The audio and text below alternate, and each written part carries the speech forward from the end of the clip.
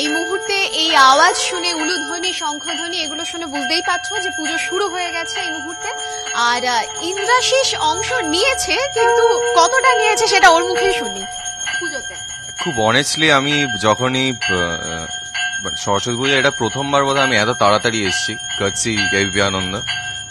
সবসময় আমায় ফোন করে করে প্রচন্ড তাড়া দিয়ে এখানে আনা হয় এবং ইনভেরিয়েবলি আমি প্রত্যেকবার অঞ্জলিটাও মিস করি।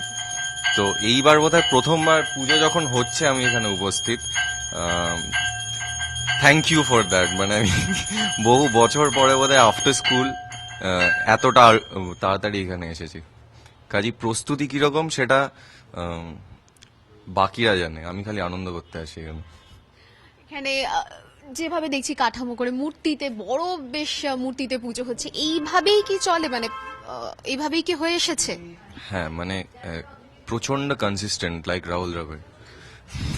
ছোটবেলা থেকে যখনই দেখছি এখনো মানে কি বলবো, ভিড়টা বাড়েনি, এর মোটামুটি একটা প্যান্ডেলের মতো ভিড় হয়ে যায় এখানে।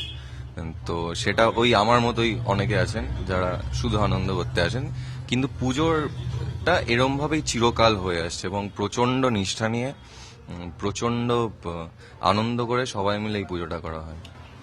আর ছোটবেলার সঙ্গে এখনের তফাৎ কতটা? সময়ের পরিপ্রেক্ষিতে কিছুটা নিশ্চয়ই পাল্টেছে। হ্যাঁ, তখন যেগুলো খুব ইজিলি করতে পারতাম এখন আর পারি না। এখন একটুখানি লুকিয়ে চড়ে সানগ্লাস পরে করতে হয়।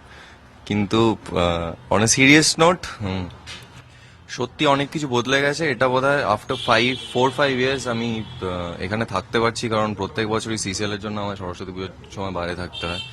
তো এই বছর একটুখানি আজকেই ট্রাভেল করছি আমি, একটু ডিলেড ফ্লাইট, তাই জন্য আমি এখানে আসতে পারলাম। প্রচন্ড মিস করি, টিউশনে যাওয়া খুব মিস করি, অফকোর্স টিউশনের সব অ্যাট্রাকশন গুলো আরো বেশি মিস করি। কিন্তু ঠিক আছে, দিস ইজ ফর ওয়ার্ক, তো I have taken it very in a very right way.